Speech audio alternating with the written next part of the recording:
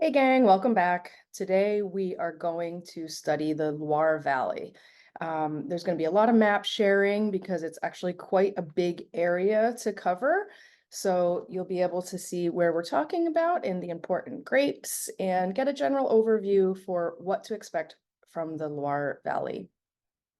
Um, Really quickly, just as an introduction, I personally think that the Loire is incredibly interesting because though most of the major wine regions in France produce a wide array of styles, of high quality styles of wine, the Loire for me produces the widest range of styles from sparkling through all the way through the spectrum to sweet wine, but at an exceptional level of quality in every single category. So I just think it's really cool that you can go to one major appellation and get like just superior wines in every single category and also still at very affordable prices.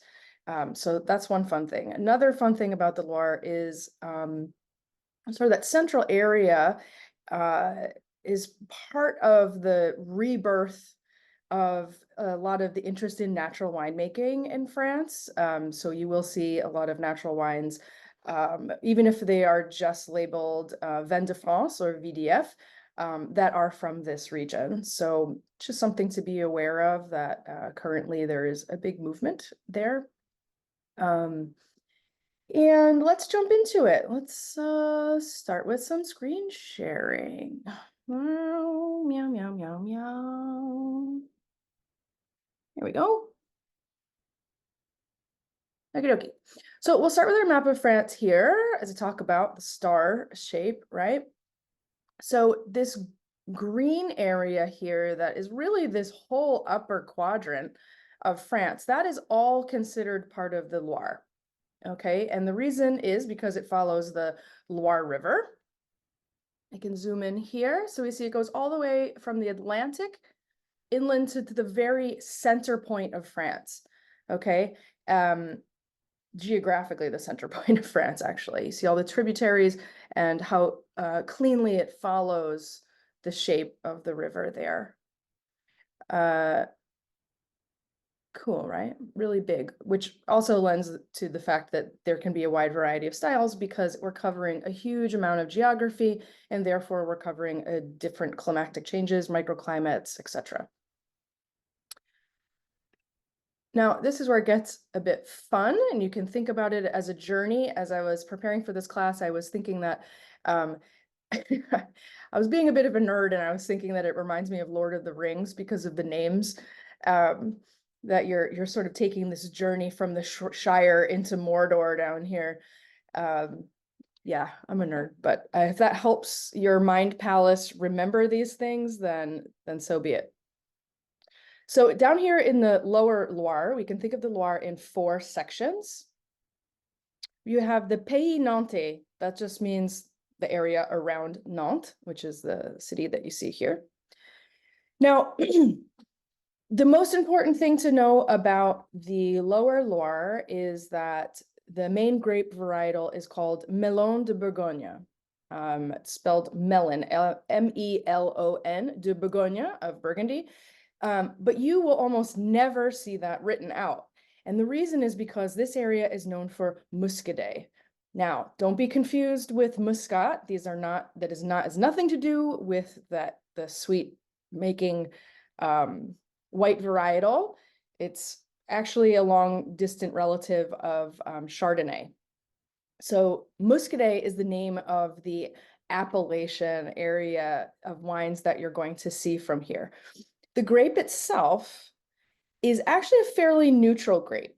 And this is important because what these wines are known for in this region are more the wine making, meaning what is done to the wines versus what the actual grape expresses on its own. So the grape itself and the proximity to the Atlantic here are going to produce these sort of saline, salty characterized wines. But what really we get here is the use of lees contact, long lees contact. Now, as a reminder, the lees are the dead yeast cells that fall out of the wine when fermentation is done. When they kick the bucket, they sink to the bottom.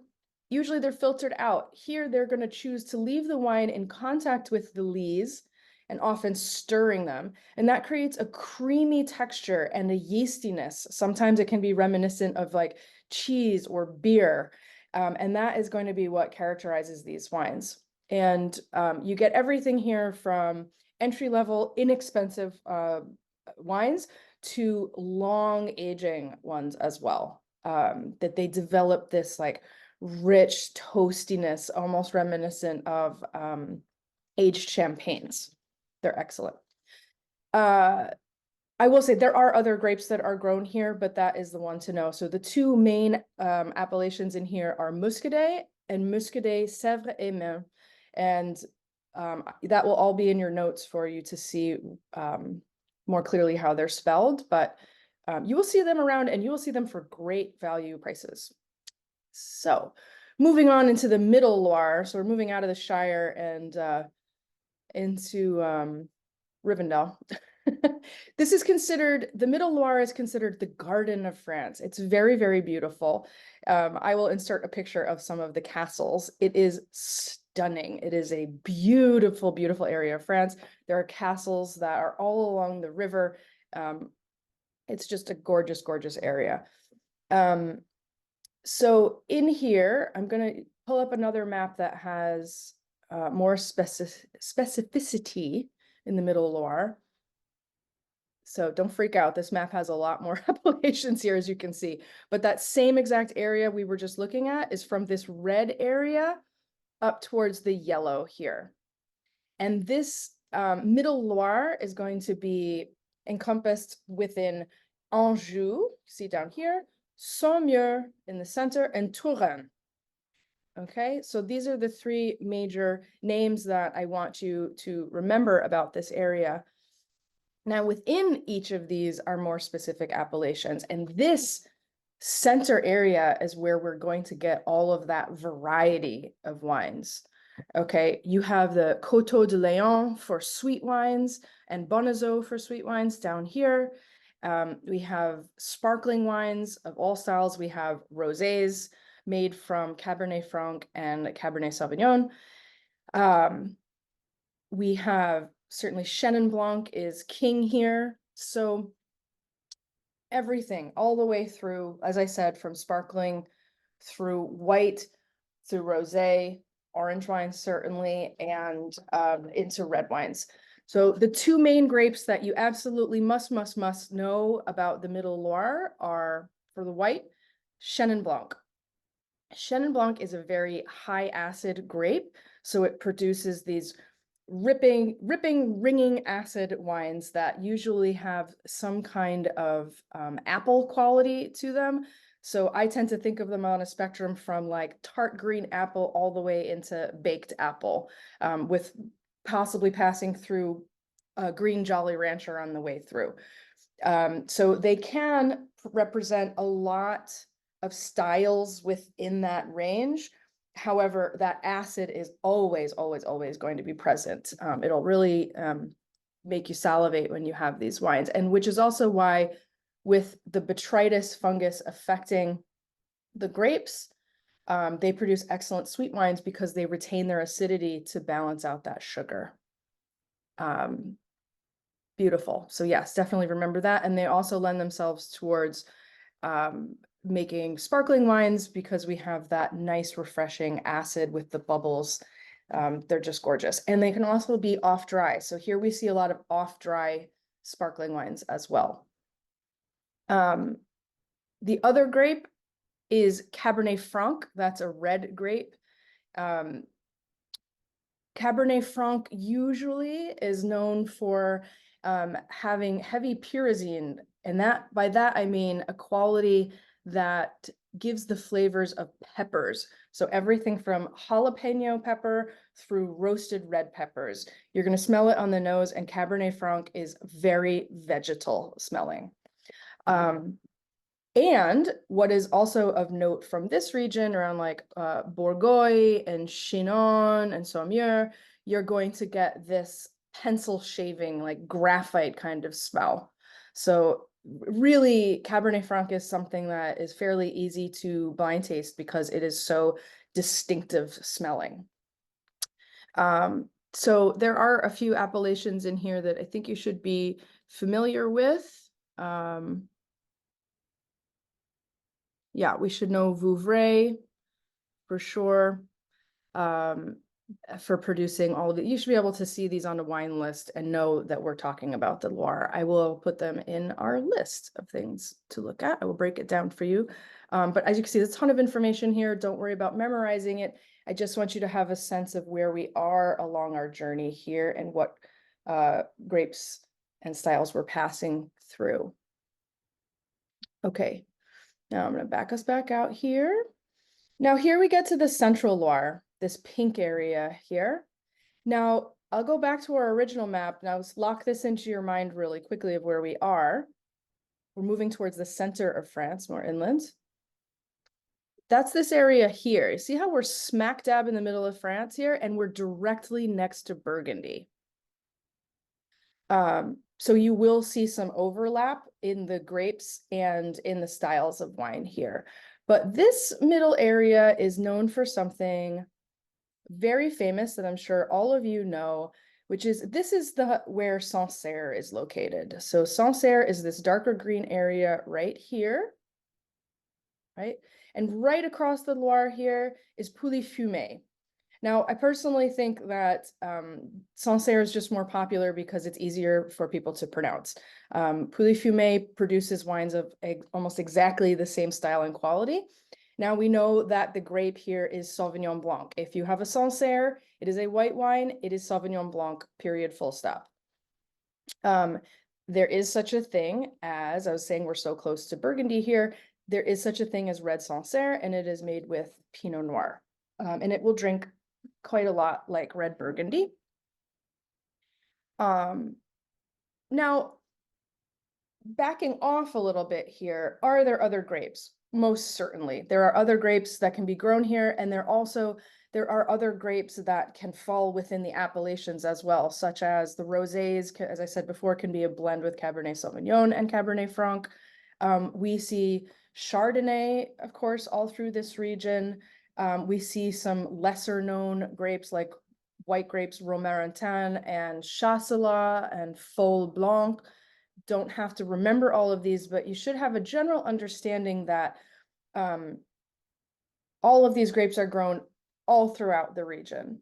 Okay, so you will see them, and sometimes they are allowable to be blended into the appellation. So they don't, for example, have to be 100% Chenin Blanc all the time. If it's a white, there can be blends that are allowed.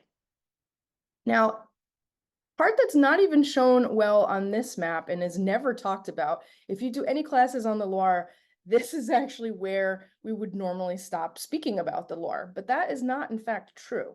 There's a fourth portion to the Loire, and that's the Upper Loire. Now, that's actually very close. I'm going to go back to our full map here. That's this purple region here. Here, we get really close to the Rhone Valley. Okay, you can see it as we're all the way down in the south. We have the pink right here and the Upper Loire here, down in Mordor, for my geeks out there. And this is much less known. This is the Auvergne, and we are going to see wines that have more overlap with the Rhone Valley because it's a lot warmer.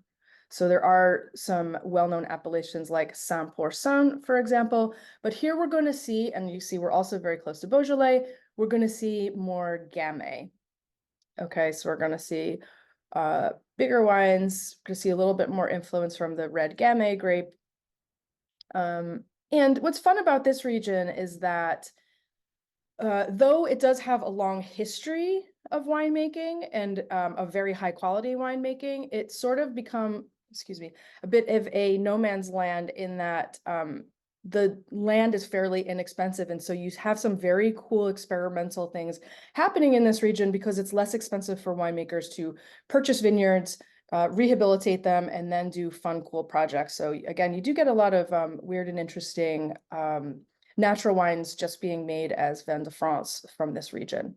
But it can be a little confusing, I understand, oftentimes, especially when they're vin de France, you look them up and you're like, is it Rhone? Is it is it Loire? How can it be Loire if it's way the hell down here? I get it. Even for me, I have to really locate myself on the map and figure out where we are. But I think we do a disservice if we leave this portion off the map. Oh, I should go back. I got ahead of myself because I got excited. I kind of got ahead of myself because I was thinking that we all know what Sancerre tastes like, but I'm going to reiterate that. So Sancerre being all Sauvignon Blanc is Sauvignon Blanc usually has some element of grapefruit somewhere on the grapefruit, whether it's grapefruit pith to peel to oil to flesh to very ripe grapefruit. Often a touch of grassiness, some lemongrass.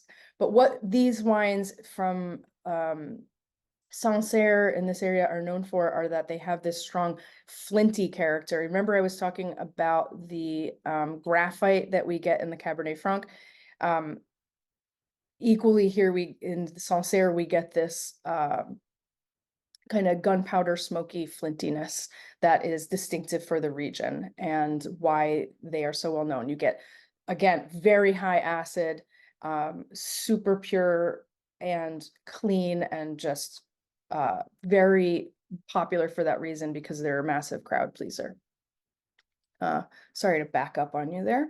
But this will all be in the notes. I think that about wraps it up without getting into crazy detail. But yeah, study, be ready for a quiz, and let me know if you have any questions or if you need me to clarify something further. And I'll see you at our next class. Thanks for watching.